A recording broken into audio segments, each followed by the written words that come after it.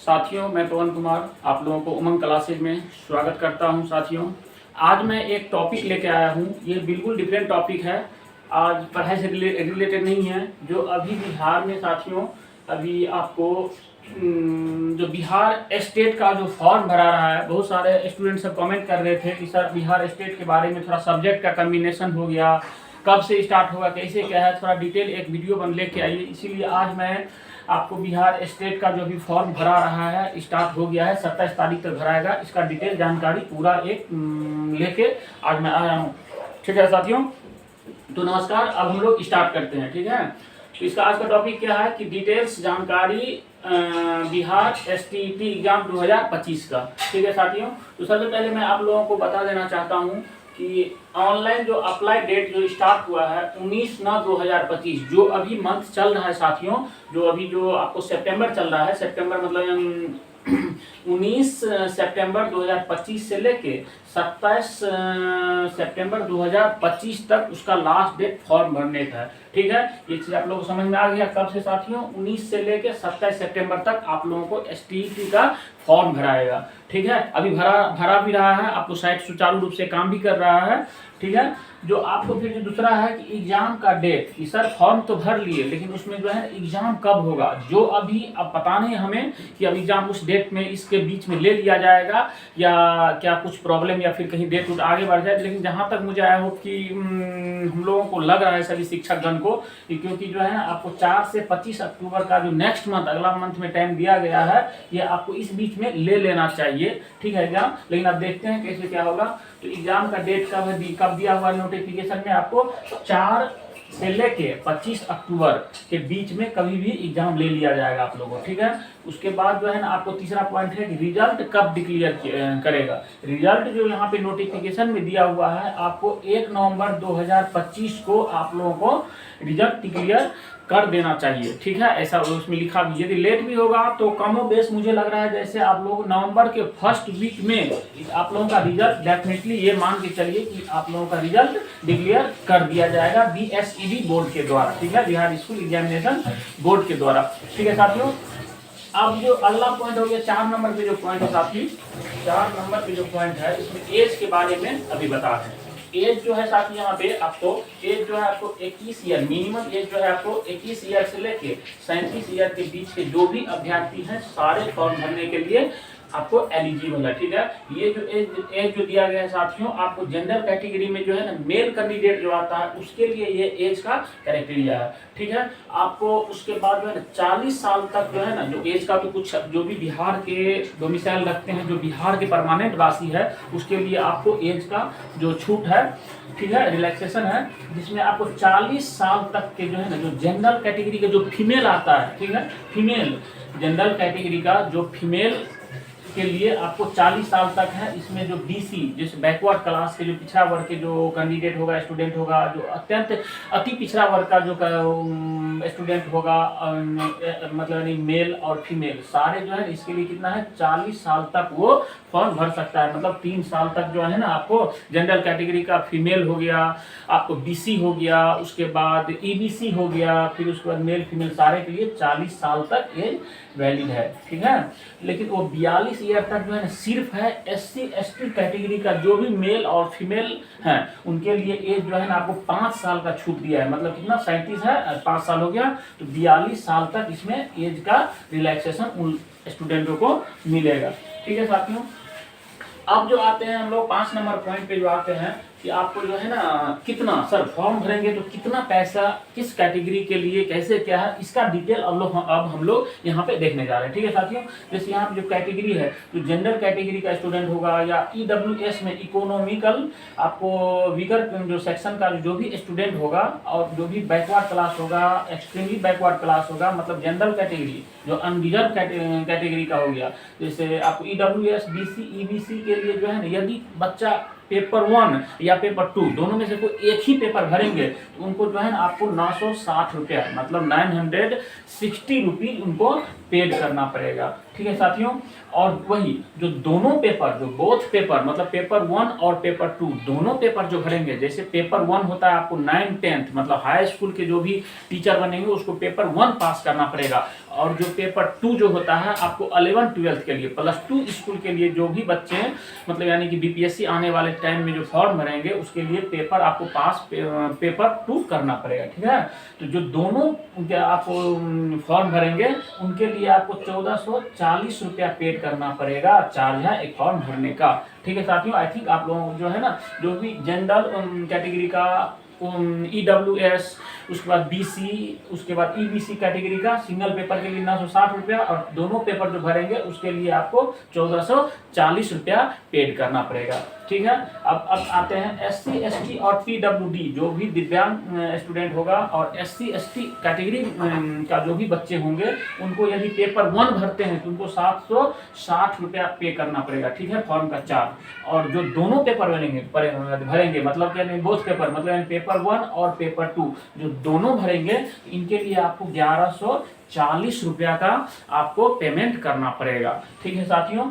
और जो other state का बच्चा जो भी होगा, चाहे गर्ल्स कैंडिडेट हो या बॉयज हो, जो भी होगा या किसी भी कैटेगरी का होगा, उनको जो है ना कैटेगरी का लाभ छूट नहीं मिलेगा, उनको एज ए जनरल की तरह ट्रीट किया जाएगा, और जनरल कैटेगरी में उसको फॉर्म भरना पड़ेगा, ठीक है साथियों।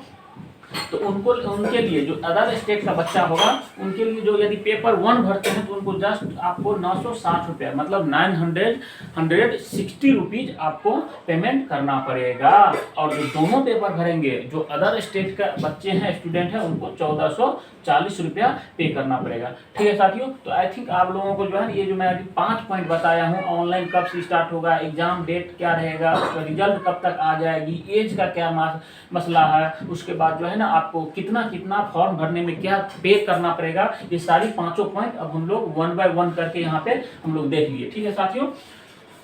अब आते हैं हम लोग कि सर यहाँ तो आप सारे बता दिए, लेकिन एलिजिबिलिटी क्राइटेरिया क्या है, उसमें फॉर्म भरने के लिए कौन सा बच्चे जो है ना पेपर 1 जो फॉर्म भरेगा उसके लिए क्या क्या एलिजिबिलिटी क्राइटेरिया है, पेपर 2 भरेंगे तो उसके लिए क्या क्या डिग्री होनी चाहिए ताकि बच्चे फॉर्म भर पाए। इसके लिए देखो जो बच्चे 9 10 मतलब पेपर 1 का जो फॉर्म भरेंगे जो कि एलिजिबल होता है हाई स्कूल का टीचर बनने के लिए, उनके लिए कम आपको मिनिमम बैचलर डिग्री किसी भी सब्जेक्ट में होना ही चाहिए, और साथ में बीएड एग्जाम पास होना चाहिए। क्या साथी, बीएड एग्जाम पास होना चाहिए। हम पास बोल रहे हैं, लोग मेरे बातों पे ध्यान दीजिएगा।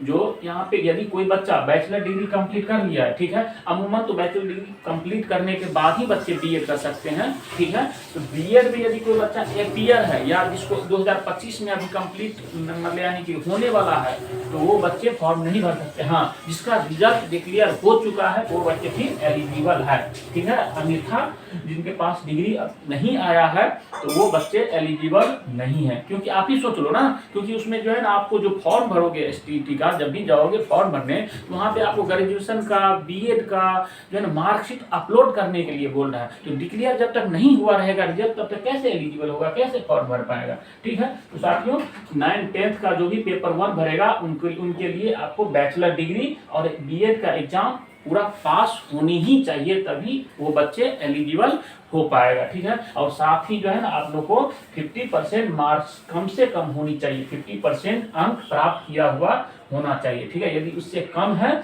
तो फिर फॉर्म नहीं भर पाएगा, ठीक है। अब जो दूसरा में जो भी बच्चे पेपर 2 का फॉर्म भरेंगे, क्या साथियों, जो भी बच्चे पेपर 2 का फॉर्म भरेंगे मतलब यानी कि प्लस 2 स्कूल में टीचर बनने के लिए उनको पहले पेपर 2 पास करना पड़ेगा। क्या साथियों, उनको पेपर 2 पास करना पड़ेगा। और सर आप बोलोगे सर इसके लिए क्या योग्यता होनी चाहिए, क्या एलिजिबिलिटी होनी चाहिए, तो साथियों इनके लिए आपको पीजी पोस्ट ग्रेजुएट का डिग्री जिसको हम लोग एमएससी एमए एमकॉम बोलते हैं, ये डिग्री होनी ही चाहिए आपको ग्रेजुएशन के अलावा, ठीक है। और साथ में 50% कम से कम मिनिमम अंक प्राप्त किया होना चाहिए, अन्यथा वो एलिजिबल नहीं होगा। और आपको साथ में बीएड एग्जाम, बीएड या एमएड, कम से कम बीएड भी चलेगा, एमएड है तो और बढ़िया बात है, ठीक है। तो ये दोनों मतलब पोस्ट ग्रेजुएट की डिग्री होनी चाहिए और साथ में बीएड एग्जाम पास होनी चाहिए, उसमें भी पास, नो कि एपीयर वाले बच्चे यहाँ पे अलाउ नहीं किया जाएगा, ठीक है साथियों। और इसमें जो है ना आपको यहाँ पे मैं लिख ही दिया हूँ ऑलरेडी कि not allowed appear student, not allowed appear students.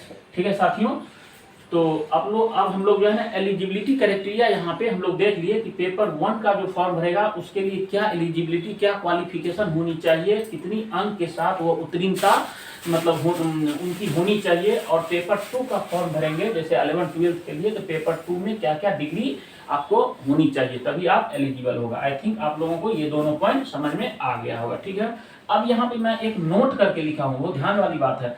जो भी बच्चे आपको कंप्यूटर का टीचर बनने की योग्यता रखते हो, जो भी बच्चे कंप्यूटर टीचर बनने की योग्यता रखते होंगे, उनके लिए जो है ना आपको बीएड कोई जरूरी नहीं है, बीएड इज नॉट नेसेसरी। ठीक है, यदि कोई बच्चा कंप्यूटर का टीचर यदि बीसीए किया है, एमसीए किया है, कंप्यूटर से आपको बीटेक किया है, आईटी से बीटेक किया है, या अदर ब्रांच जैसे कंप्यूटर और आईटी ब्रांच छोड़ के जैसे mechanical, civil, electrical, electronics ETC किसी ब्रांच से यदि वो बीटेक किए हुए हैं, साथ में 1 साल का पोस्ट ग्रेजुएट डिप्लोमा जिसको पीजीडीसीए डॉट में शॉर्ट में बोलते हैं, यदि वो डिग्री उनके पास है तो वो कंप्यूटर टीचर बनने के लिए एलिजिबल है। और साथ में उनको बीएड की कोई डिग्री की जरूरत नहीं है, डायरेक्ट वो कंप्यूटर टीचर में स्टेट का फॉर्म भर सकते हैं। ठीक है, यदि वो स्टेट पास कर लेंगे तो बीपीएससी का टीआरई 4 का जो भी एग्जाम होगा या अदर स्टेट में जो भी होगा तो वो कंप्यूटर टीचर में डायरेक्ट अप्लाई कर सकता है बिना बीएड किए हुए।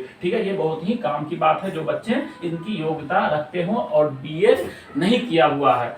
ठीक है, तो इसमें आप लोगों को यहाँ पे क्लियर हो गया होगा। ठीक है, अब कहोगे सर ठीक है ये सारी चीज तो हम 1 बाय 1 करके बिंदुवार तरीका से आपने बता दिया।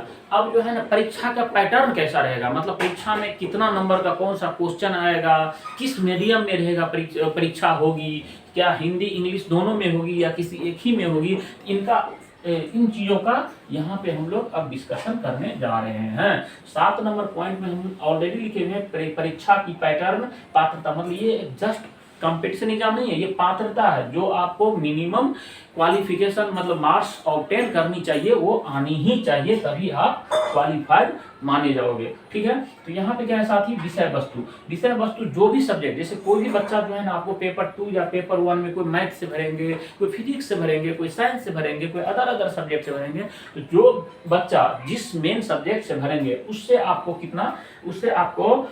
100 क्वेश्चन पूछा जाएगा। ठीक है, उस सब्जेक्ट से रहेगा और 100 क्वेश्चन रहेगा, सारा एक मार्क का रहेगा। ठीक है, तो मतलब यानी कि 100 क्वेश्चन रहेगा यहाँ पे और सारा 100 मार्क का होगा। ठीक है, और जो शिक्षण कला जिसको सीडीपी बोलते हैं उसमें 1-2 क्वेश्चन करेंट अफेयर का आ जाएगा, जीके जीएस आ जाएगा, जनरली क्वेश्चन, वो सीडीपी बाल विकास का रहेगा। ठीक है, वो आपको 50 क्वेश्चन रहेगा और 50 मार्क्स का रहेगा। ठीक है, तो दोनों के मिला के साथियों आपको 150 क्वेश्चन पूछा जाएगा। ठीक है, 150 क्वेश्चन पूछा जाएगा आपको। इसके लिए आपको टाइम दिया जाएगा 2.5 घंटा दिया जाएगा। कितना? 2.5 घंटा टाइम आप लोगों को मिलेगा, इसमें 150 क्वेश्चन सॉल्व करना है। और सबसे खुशी की बात इस एग्जाम में ये है कि साथियों स्टेट का जो अभी एग्जाम होगा उसमें पहले से भी नहीं है और इस बार भी अभी डिक्लेयर कर दिया है, नोटिफिकेशन में ऑलरेडी दे रखा है कि आपको नो निगेटिव मार्किंग, मतलब यदि उसमें गलती आप क्वेश्चन आपका हो जाता है इसके लिए आपको तो एक्स्ट्रा मार्क का कटिंग नहीं किया जाएगा, निगेटिव नहीं है। ठीक है, ये बहुत ही राहत वाली बात है। ठीक है साथियों, नो निगेटिव मार्किंग है। ठीक है, अब आप कहोगे सर सारा ये सब पॉइंट समझ में आ गया, तो ये बताइए कि जनरल कैटेगरी बच्चों के लिए कितना मार्क वो लाएगा तभी वो क्वालिफाइड माना जाएगा, SC ST BC EBC other state के लिए क्या मतलब यानी कि कितना मतलब मार्क्स लाना ही पड़ेगा सर। तो आप लोगों को मैं बच्चों बताने जा रहा हूँ कि जनरल कैटेगरी का जो भी बच्चा होगा, ठीक है, चाहे वो बिहार का हो अदर स्टेट का हो, उसके लिए आप लोगों को 50% आपको मार्क्स एनी हो आपको प्राप्त करना ही पड़ेगा, तभी आप क्वालिफाई माने जाओगे। ठीक है, तो यदि 150 मार्क का एग्जाम होता है, यदि उसमें आपको 75% लाना होगा तो आपको ऑब्वियसली बच्चा समझ जाएगा, मतलब यानी कि 75 नंबर मतलब 75 मार्क्स एनी हाउ लाना ही पड़ेगा। ठीक है, तभी आप क्वालिफाई माना जाओगे। अदरवाइज जो आपका जो मार्कशीट जो बन के आएगा उसमें लिखा रहेगा नॉट क्वालिफाइड। ठीक है, तो क्या हो गया, जनरल कैटेगरी के बच्चे के लिए 50% रखा गया है, जो कि 75 मार्क्स आपको ऑब्टेन करना पड़ेगा। जो भी पिछड़ा वर्ग के बच्चे होंगे उनके लिए आपको जो है ना आपको 45.5% मार्क, ठीक है, मतलब 45.5% अंक आपको लाना पड़ेगा 150 में। तो इसमें कितना मार्क्स लाना पड़ेगा, 68.5, ठीक है, कितना 68.5 मार्क्स आपको मतलब यानी 68.5 मार्क आपको 150 में लाना पड़ेगा, तभी बीसी कैटेगरी के बच्चे को क्वालिफाइड माना जाएगा, ठीक है। और जो अति पिछड़ा बच्चा होगा, अति पिछड़ा का जो भी, ये बात अभी मैं साथियों फीमेल के लिए मेल के लिए कर रहे हैं, ठीक है, नॉट फीमेल, ठीक है। तो आपको जो भी अति पिछड़ा कैटेगरी का बच्चा होगा उनके लिए आपको 42.5% अंक लाना होगा। यदि 150 को 42.5% निकालते हैं तो आपको 63.75, क्या साथियों 63.75, मतलब यानी कि आपको 63.75 आपको 150 में लाना पड़ेगा, ठीक है। जो भी दिव्यांग कैटेगरी का स्टूडेंट होगा या जो भी किसी भी कैटेगरी का जो फीमेल स्टूडेंट लड़कियां या बच्चियां जो भी होगी उनको आपको 150 में 40% मार्क्स लाना पड़ेगा। तो ये बहुत ही राहत वाली बात है, फीमेल के लिए देना भी चाहिए साथियों कि उनको छूट, तभी वो क्योंकि उनको बहुत सारी जिम्मेदारी भी होती है घर में और पढ़ाई के लिए उतना बच्चों के जैसा उनको अपॉर्चुनिटी भी नहीं दिया जाता है। इसीलिए ये चीज़ जो है ना हमारे माननीय शिक्षा मंत्री और मुख्यमंत्री जी के लिए बहुत ही सराहनीय ये चीज़ है बच्चों के लिए, ठीक है। तो आपको जो भी दिव्यांग कैटेगरी का मेल फीमेल कोई भी हो और साथ में फीमेल जो भी है लड़कियां सबके लिए सिर्फ 40% आपको 150 में लाना पड़ेगा। तो मतलब यानी कि आपको यदि 60 नंबर ले आते हैं वो बच्चे तो पास माना जाएगा, क्वालिफाइड माना जाएगा, ठीक है। साथियों आपको जनरल के लिए कितना 75 नंबर लाना होगा, बीसी के लिए 68.5 नंबर लाना होगा, ईबीसी के लिए 63.75 लाना होगा 150 में, और जो भी पीडब्ल्यूडी और जो आपको फीमेल कैटेगरी का जो भी बच्चे होंगे उनको 60 नंबर यहाँ पे लाना पड़ेगा। तो आई थिंक आप लोगों को ये सब सारा पॉइंट समझ में आ गया होगा। अब बात रही कि सर आप ये बताइए कि फॉर्म जो भरेंगे तो उनके लिए जो है क्या क्या डॉक्यूमेंट अपलोड करना पड़ेगा, क्या क्या डॉक्यूमेंट का वहाँ पे रिक्वायरमेंट होगी वो भी बता दीजिए, ठीक है साथियों। अब ये वाली एक साइड को मैं मिटाता हूँ, उसके बाद जो है ये भी मैं बिंदुवार तरीका से एक्सप्लेन करके बता देता हूँ, ठीक है। चलो